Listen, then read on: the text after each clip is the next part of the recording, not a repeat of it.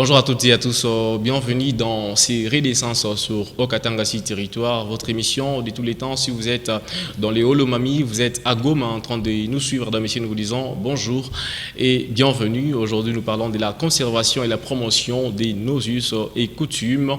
Et ça sera avec deux traditionnels qui sont avec nous sur ces plateaux. Il s'agit des maîtres Katambayi Mukongo et Kaja Saloumou qui sont avec nous, dames et messieurs, sur les plateaux. Alors, nous allons les recevoir pour explorer cette thématique de grande importance pour tous les Congolais qui sont en train de nous suivre. Alors, je les reçois. Alors, bonjour, maître Katambayi Mukongo.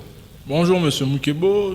J'espère que vous allez bien et je salue tous ceux-là qui nous suivent dans les 145 territoires et dans les 52 villes de la République démocratique du Congo. Et je rappelle que vous êtes porte-parole du temple des prophètes noirs en Afrique. Effectivement. Voilà, ça. Bon, je vais revenir vers vous. Je vais revenir. Alors, à ma gauche, comme je l'ai dit, il y a aussi cette dame, Kaja Saloum, qui est entrepreneur, et qui j'ai dit bonjour et bienvenue. Bonjour, monsieur. À part entrepreneur, vous êtes qui, puisque nous parlons de la tradition? Je suis fidèle du temple du prophète noir en Afrique et je suis aussi disciplinaire dans le mouvement de jeunes Ascari du temple du prophète noir en Afrique et entrepreneur en marketing relationnel, comme je l'ai dit. Alors, oui, merci beaucoup. Alors, Katambayi Mukongo, nous parlons de la tradition aujourd'hui, de nos coutumes, les coutumes de la République démocratique du Congo. Alors, comment, d'abord, définissez-vous la coutume? Oui, merci. C'est une question très pertinente. Parce qu'aujourd'hui, nous serons d'accord ici sur ces plateaux, ainsi que ceux-là qui nous suivent, qu'aujourd'hui, la coutume est mal appréhendée par la population. La tradition est mal appréhendée par la population. Et lorsqu'on demande de définir cela, la plupart des gens n'arrivent pas à le définir. Donc je vais essayer de définir ces différents concepts. Okay. En parlant de us, le us c'est un diminutif de usage. Les usages, c'est comme on s'est salué ici, c'est un usage. Vous voyez? Et quand cet usage ici est fait régulièrement, elle devient tradition. Et lorsque c'est propagé à travers plusieurs générations, elle devient coutume. Okay. Vous voyez? Donc les us, traditions et coutumes sont l'ensemble des comportements que chaque peuple, n'est-ce pas, a pu concevoir en bonne relation avec les divins. Ce n'est pas fruit du hasard. Lorsqu'on a appelé Lion Simon Swahili, lorsqu'on l'a appelé Ntambo Chiluba, lorsqu'on l'a appelé Tambo Kiluba, okay, c'est parce qu'il y avait un divin qui a dit à ces premiers hommes-là, n'est-ce pas, que cet animal s'appelle ainsi. Vous voyez la découverte de la langue, la découverte de ces différentes pratiques. Comment on se marie, comment on mange, comment on part, comment on vit. Il faut respecter l'aîné, n'est-ce pas? Il ne faut pas traverser un balai pendant la nuit. Il ne faut pas balayer la nuit, n'est-ce pas? C'est cet ensemble de comportements, des usages. L'ensemble des valeurs traditionnelles aussi? Non, c'est l'ensemble des valeurs culturelles d'un peuple. Okay. Qu'on peut définir comme coutume. Lorsqu'on dit par exemple que dans telle coutume, il se marie ainsi. Vous voyez? C'est parce que le divin les a dit, n'est-ce pas? Il faut se marier ainsi. Ils ont fait ça comme usage, n'est-ce pas? Ils ont codifié ça comme tradition et ils ont perpétré ça. C'est même ça le soubassement de la coutume. Donc, les us et coutumes et traditions, n'est-ce pas? C'est l'ensemble des comportements qui ont pu traverser pendant différentes périodes dans un certain peuple. Merci beaucoup. Alors, vous, comment circonscrire cette notion des us et coutumes? Oui, premièrement, d'abord, je vais ajouter à la définition que M. Katambayi vient de dire. Okay. Donc, la coutume, c'est l'ensemble des habitudes, de rites, de cérémonies qu'on fait chaque jour, pendant des mois, pendant des années. Et cet ensemble des habitudes qu'on est en train de pratiquer chaque jour, ça, donc au fur et à mesure qu'on le pratique de génération en génération, ça nous donne ce qu'on appelle la tradition, ça devient une tradition. Et comment maintenant circonscrire, je peux dire comment, nos us et coutumes face à la nation. Donc, premièrement, moi je peux dire que il faut d'abord donc organiser des ateliers, donner la curiosité dans la population, dans les jeunes congolaises, le pourquoi d'abord on doit connaître nos coutumes, nos traditions, et comment on peut faire pour que le jeune, soit la population congolaise, donne de la curiosité, donne de l'importance à nos coutumes et nos traditions. On doit premièrement nous organiser des ateliers, vous voyez un peu, organiser des ateliers où on va partir même dans des écoles Vous voyez un peu? On est en train d'expliquer l'importance de nos us et coutumes. On est en train d'expliquer l'importance de nos traditions. Vous voyez un peu? Pensez-vous que si vous organisez ces ateliers-là, les gens vont répondre, puisque beaucoup de gens pensent que respecter la coutume, c'est la sorcellerie, en fait. Oui, je peux dire que ça sera difficile pour les gens de faire comment, de répondre à ces invitations.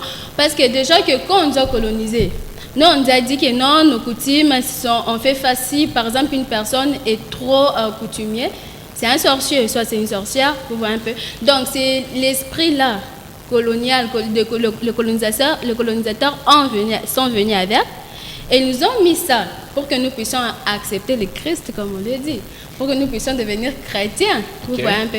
Donc en fait, c'est à nous. Ce qui n'est pas le cas avec vous. Ce n'est pas le cas avec nous. Moi, je ne suis pas chrétienne ni musulmane. Vous voyez un peu.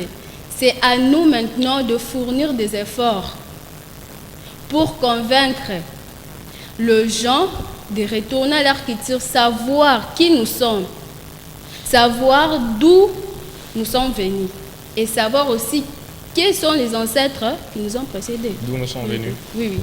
Nous sommes venus? Nous sommes un peuple africain, là je peux dire. Vous voyez un peu. Nous sommes un peuple noir. Venu de l'Afrique. De l'Afrique? Je peux essayer de répondre à la question. Vous allez voir que la notion de la création, n'est-ce pas, est une notion diverse, qui s'explique selon chaque peuple. Vous voyez? Moi, par exemple, je suis descendant du Grand Empire Luba. Dans le Grand Empire Luba, on va nous parler, pour les Luba du Kassai, n'est-ce pas, on va nous parler de Pandangila, vous voyez, comme premier ancêtre. Si vous allez chez les Bakong, on va parler de Kitelekinam, comme premier ancêtre. Vous voyez un peu. C'est à partir de ces premiers ancêtres-là qu'il y a eu tout ce qu'il y a eu jusqu'à aujourd'hui. Et vous allez constater que ces premiers ancêtres-là n'étaient pas humains comme nous. Parce que même si vous lisez dans les livres importés, on vous dira ceci, n'est-ce pas, que ces premiers ancêtres, cette première créature, avaient le même potentiel du divin. La question est celle de savoir. Aujourd'hui, vous avez le même potentiel que le divin? Non. Mais il y a des êtres qui existent aujourd'hui qui ont le même potentiel que les divins. Comment faire pour avoir ces mêmes potentiels-là? Nous, on n'a pas à faire. On a juste à respecter les principes de la nature, vous voyez. Il y a des... Lesquels principes? Oui, c'est ce que je veux dire. En français, n'est-ce pas? On leur appelle les génies. Vous êtes un génie? Non. Il y a les génies des mers, les génies des forêts. Il y a plusieurs génies, n'est-ce pas? C'est eux-mêmes les premières créatures. Parce que ça sera même confirmé par les darwinismes, en disant que l'homme provenait des eaux. Et vous allez voir que les plus grands génies qui sont invoqués par les grands esprits, n'est-ce pas, proviennent des eaux. C'est par là que l'homme est provenu. Vous voyez, et dans chaque peuple, n'est-ce pas, on a eu à appeler ces premiers hommes-là. Pour revenir à la question du développement, n'est-ce pas, aujourd'hui, en respectant nos us et coutumes, n'est-ce pas, ça peut nous amener au développement. Ok, expliquez-vous. Je m'explique dans le sens où je vous ai dit qu'il y a ces êtres-là, les génies, n'est-ce pas, les génies des mers, les génies de la terre, les génies de la forêt. Avec ces génies, lorsque vous communiquez avec eux, c'est eux qui peuvent vous dire quel rituel faire, comment faire pour cultiver la terre. Si je vous demandais de savoir la famine dans nos langues bantou à nous, la famine n'est pas définie. On n'avait pas ces faim en masse. Pourquoi? Quand il y avait la faim qui débutait, n'est-ce pas, nos ancêtres se retiraient dans un certain coin de la forêt, invoquaient les génies de la forêt qui leur disaient pour mettre fin à la famine, n'est-ce pas, faites ça, faites ça, faites ça. Et nos ancêtres, nous, n'ont pas connu la famine. Quand il y avait la guerre, quand il y avait la maladie, n'est-ce pas, nos ancêtres, nous, savaient qu'on ira voir tel génie, et si on le voit, il nous dira quoi faire pour éradiquer ces maladies. Vous voyez un peu? Donc, avec ça, ça peut nous apporter à un plus. Pourquoi? Parce que déjà, il faut d'abord définir le développement intégral et intégré. Non, parce que l'usage en fait, des coutumes favorise le développement. Pourquoi ça n'a pas persisté jusqu'à aujourd'hui, partant de la colonisation jusqu'à aujourd'hui, pourquoi ça n'a pas persisté? Bon, vous allez m'excuser, moi j'appelle pas ça colonisation, j'appelle ça la barbarie. La barbarie, oui. Ok. On a connu cette barbarie pendant longtemps, vous voyez. Et c'est à travers cette barbarie qu'on a eu à perdre certains de nos us et de nos coutumes, vous voyez. Aujourd'hui, vous allez constater que lorsque les enfants naissent, il y a certains parents qui vont prendre le cordon ombilical et les jeter. Tant que le cordon ombilical est sacré. Ok. Lorsque vous jetez le cordon ombilical de l'enfant, n'est-ce pas, c'est ce qui lui lie entre lui et la mère et entre lui et les divins. Vous avez jeté cela. Qui est les divins? Le divin, on l'a appelé dans plusieurs langues. Il y a nos frères de l'Équateur qui l'appellent Nzakomba. Ok. Il y a nos frères de l'Omami Tanganyika qui l'ont appelé Vijay Mukulu. Il y a nos frères de Kassai qui l'ont appelé Maweja. Vous voyez? Il y a nos frères qui l'ont appelé Mungu Mumbaji. Vous voyez un peu? La notion du divin n'est pas universelle. Elle est relative à chaque culture, n'est-ce pas? Mais par cette beauté de la diversité culturelle, n'est-ce pas, on doit essayer de nous mettre tous d'accord sur un point commun, qui est le respect, n'est-ce pas, selon chaque coutume, selon chaque culture. Vous voyez? Aujourd'hui, l'entrepreneuriat, les gens prennent ça comme un mot nouveau. Mais nos ancêtres à nous étaient des grands entrepreneurs. Ils savaient qu'il fallait aller au champ, cultiver pour manger. Mais aujourd'hui, on a un problème. Qui cultive encore aujourd'hui? Personne. On vous dira que nos frères, les Bâches, n'est-ce pas, sont des grands éleveurs. Aujourd'hui, il y a combien de Bâches encore qui élèvent? On vous dira que dans la rivière de la Louloua, n'est-ce pas, il y avait des grands pêcheurs. Chez les Azandes, il y avait des grands pêcheurs. Mais aujourd'hui, on importe tout. Parce qu'on a perdu notre usage, notre façon de faire. Vous voyez? Si vous allez dans un pays comme l'Afrique du Sud, lorsque les grands chefs Zoulous passent, n'est-ce pas, c'est tout le monde qui met un pied à terre. Hein. On respecte le chef des terres. Mais aujourd'hui, comment est traité nos chefs des terres? Comment sont traités nos chefs coutumiers qui sont réduits dans la loi numéro 015/015 du 25 août 2015, fixant les statuts de chef coutumier. Lorsque vous lisez cette loi-là, n'est-ce pas, vous allez constater que la terre appartient aux chefs coutumiers, n'est-ce pas, mais on les a réduits. Alors, aujourd'hui, toutes ces entreprises minières qui viennent ici au Katanga, permettez-moi s'il vous plaît. Okay. Aujourd'hui, toutes ces entreprises minières qui viennent ici au Katanga, n'est-ce pas, quand ils viennent, le minerai qu'ils vont puiser, c'est dans les terres de qui? De ces chefs coutumiers. Vous êtes en train d'accuser les gens qu'ils ont banalisé les efforts, aussi les valeurs des chefs coutumiers. Qui a fait ça et pourquoi ils n'ont pas persisté, n'ont pas donné leur importance jusqu'à influencer tous les secteurs, à s'imposer? Pourquoi ce n'est pas arrivé alors qu'ils ont les pouvoirs? Je pense que vous allez comprendre qu'aujourd'hui, bon, moi j'ai grandi dans une cité minière Kakanda. Et lorsque les Chinois venaient pour, par exemple, prendre le minerai, commencer à retirer de minerai et ainsi de suite, premièrement, la première des choses ne vont pas arriver juste comme ça et directement ils viennent monter leur entreprise. Non, non. Ils vont voir d'abord les chefs de terre, les chefs traditionnels. Pour que les chefs traditionnels aillent parler aux mages, comme M. Kataba il vient de dire, pour que le mage là de montagne puisse accepter de faire comment, de retirer le minerai là. Okay. Il y aura des conditions, ainsi de suite. Mais maintenant, en fait, vu que nos chefs traditionnels aujourd'hui, ils sont aussi kipides, la cupidité de l'argent, okay. Ils vont négocier avec ces mages là-bas. Donc c'est leur faute si ces us et coutumes ne sont pas d'application aujourd'hui, respectées aussi. La faute est partagée. La faute est partagée, mais la grande faute revient par rapport à vos dires aux chefs coutumiers. Bon, je peux dire comment les chefs coutumiers aussi, d'une part, sont fautifs, et d'autre part, c'est par la cupidité d'argent. Un peu. Moi, je peux être ici, par exemple, j'ai le pouvoir de guérison. Je sais que si une personne vient, je peux le guérir, par exemple. Mais moi, en fait, parce que je suis cupide par l'argent, je commence à utiliser ces pouvoirs-là dans le mal. C'est dans ça que le blanc se sont joués de nous, en fait. Ils sont venus ici, se disent non, on va vous donner ça, on va construire pour vous, mais non, on a besoin juste de nos minéraux, de vos minéraux, en fait. Ok, vous pouvez parler à vos mages, quand vous le faites, des cérémonies pour qu'ils puissent accepter qu'on puisse faire sortir des minéraux. Ils ont laissé les Congos indépendants depuis 1960? Non. Vous savez, il y a un dicton qui dit, n'est-ce pas, le corps est dirigé par l'esprit. Le Congo est indépendant sur quel plan? Est-ce que vous savez qu'aujourd'hui, la Belgique, permettez-moi de le dire, la Belgique a le droit de veto sur nos minéraux? Ce n'est pas la RDC qui fixe, n'est-ce pas, le prix de ces minéraux. Est-ce que vous savez que pour modifier le code minier aujourd'hui, n'est-ce pas, il faut attendre 18 ans? Le premier code minier a été modifié en 2000, le deuxième en 2018, donc il faut attendre 2036 pour modifier le code minier. La difficulté de jadis, n'est-ce pas, était que la plupart des populations locales étaient entre guillemets ignorants de ce que les barbares, de ce que les envahisseurs nous amenaient. Aujourd'hui, nous, étant traditionnalistes, n'est-ce pas, nous avons moins eu la chance, parce qu'il faut connaître l'adversaire avant de le combattre. Vous voyez? On connaît les pratiques que ceux-là qui viennent de l'extérieur, les envahisseurs, n'est-ce pas, utilisent. Donc aujourd'hui, on sait comment les intercaler, n'est-ce pas, mais cela demande à ce qu'il puisse avoir cette volonté collective. Vous voyez? Comme la volonté qu'il y a eu au Tanganyika, avec les Maï Maï. Pas le Tanganyika de la RDC, c'est le Tanganyika du côté de la Zambie et de la Tanzanie. Tanganyika et Tanzanie. Vous voyez? Avec les Maï Maï, il y avait cette volonté collective. Vous allez trouver cette volonté, je crois, en Éthiopie. Vous voyez, où tout le monde se range derrière ses valeurs traditionnelles. En disant, on va faire un bloc contre l'envahisseur. Vous voyez. Aujourd'hui, si on revient à nos us et coutumes, n'est-ce pas, où nos ancêtres à nous savaient comment cultiver, savaient comment faire l'élevage, n'est-ce pas, où nos ancêtres à nous avaient l'école initiatique. Aujourd'hui, il y a beaucoup de divorces, il y a beaucoup d'enfants de la rue. Pourquoi? On s'est marié selon les autres. Aujourd'hui, tous ces chefs coutumiers, tous ceux qui sont dans des milieux ruraux, dans des villages, veulent venir au centre-ville justement parce qu'ils ont trouvé aussi que cette mondialisation leur permet aussi de bien vivre. C'est ce que Mme Kaja vient de dire. C'est ça la difficulté, c'est ça la cupidité. Dieu vous a donné un pouvoir pour conserver, pour faire la promotion d'une certaine chose, n'est-ce pas? Lorsque vous, par cupidité, vous commencez à laisser cette chose-là pour aller faire autre chose, ça n'a pas de sens. Moi, j'ai appris, n'est-ce pas, dans l'école initiatique, que quand le chef coutumier parlait, c'était la fin. Aujourd'hui, c'est le cas. Vous allez voir le chef coutumier parle, après vous allez voir un politique aussi qui vient y parler. Donc, vous êtes pour les pouvoirs traditionnels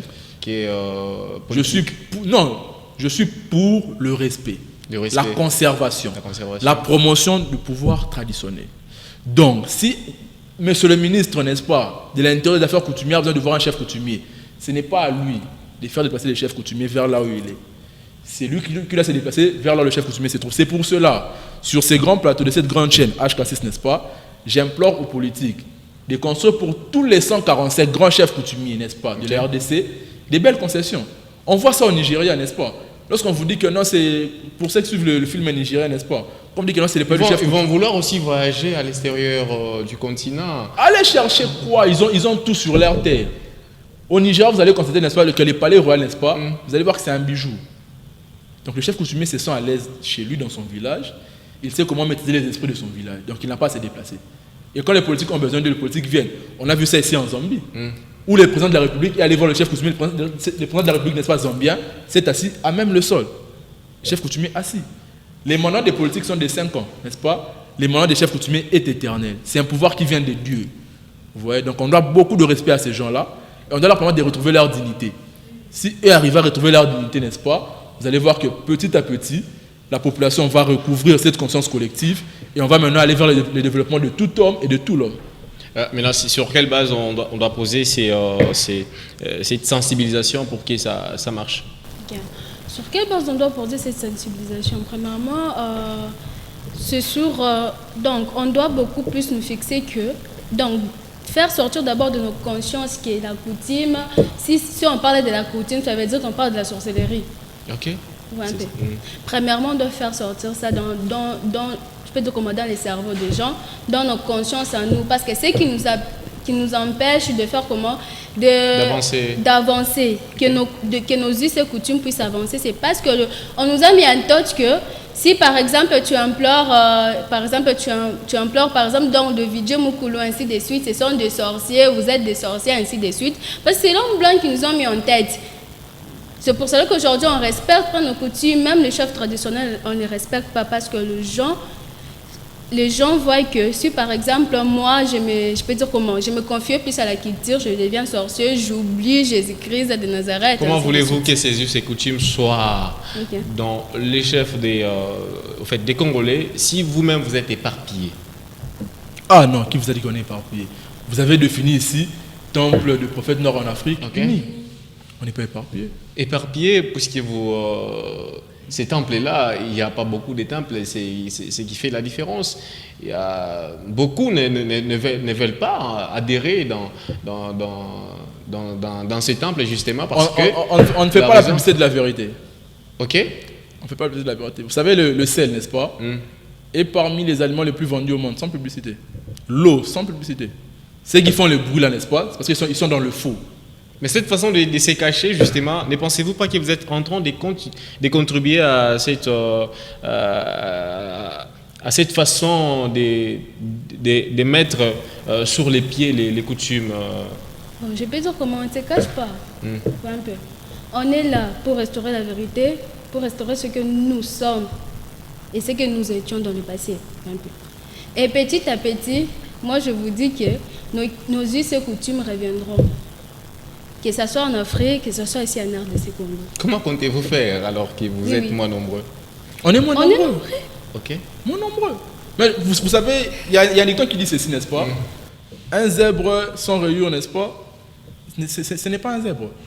Un peuple doit connaître sa culture. Vous appelez comment Monsieur Moukebo, n'est-ce pas?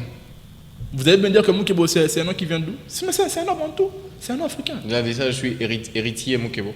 Non, pas venant de la colonisation. Ok. Vous voyez? Vous appelez Moukebo, n'est-ce pas? Vous avez un chez vous.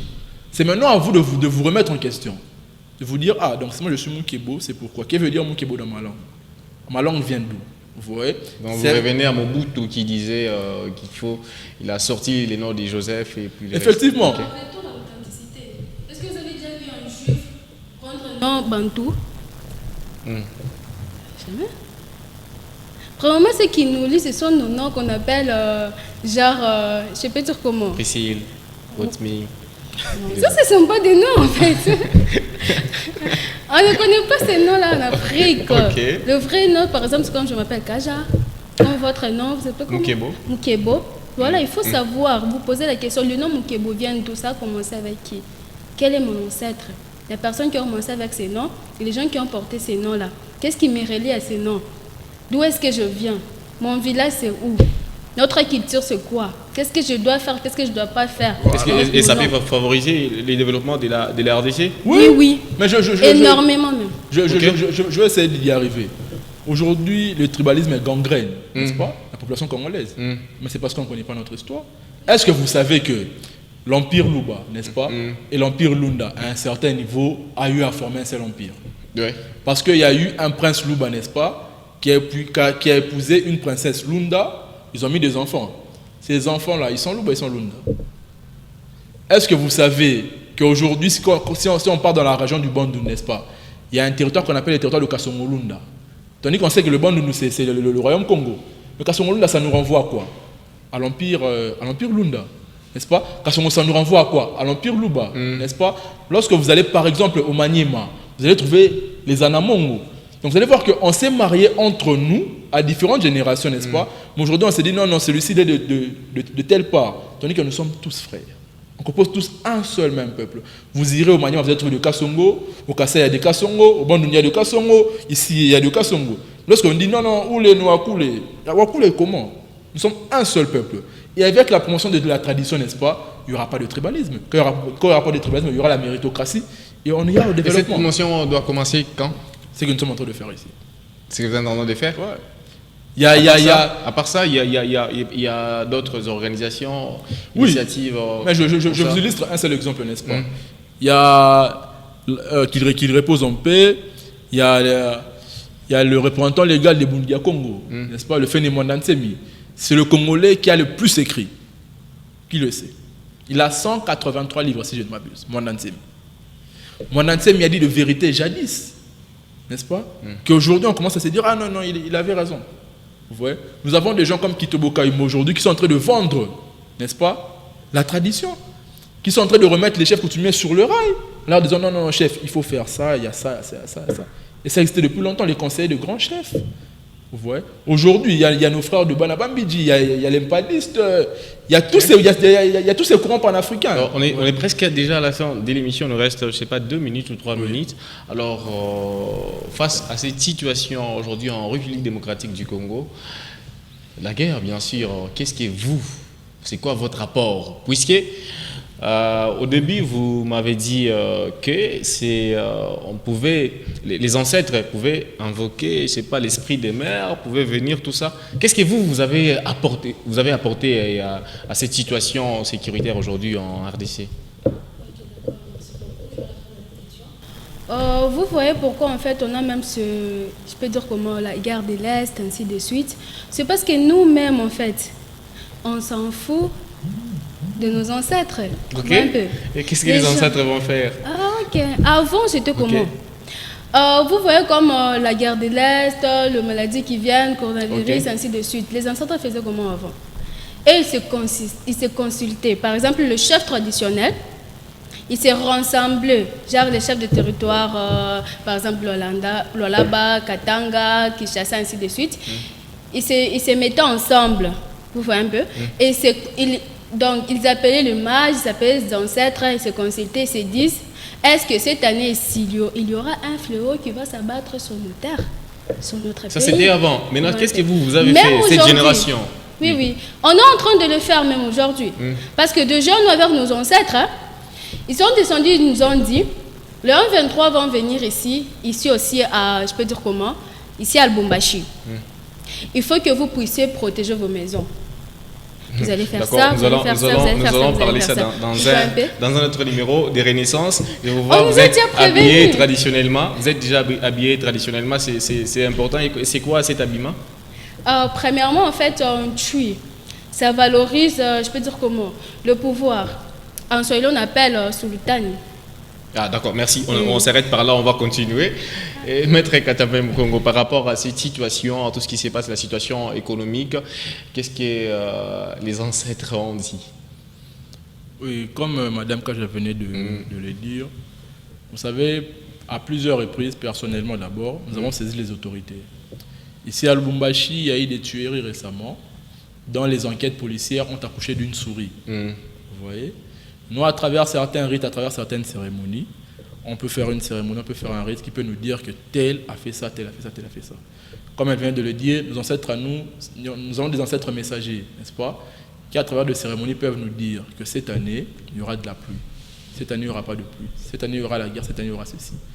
Mais, une fois de plus encore, je réitère, les autorités, entre guillemets, politiques, n'est-ce pas? C'est ça même votre conclusion à la fin? Oui, les autorités politiques, n'est-ce pas, ferment les oreilles. Pourquoi? Parce qu'ils sont dans des spiritualités étrangères, d'où la difficulté. D'où j'appelle, n'est-ce pas, au recours à nos valeurs traditionnelles et spirituelles. Vous voyez? Ce n'est pas le corps qui dirige, c'est l'esprit.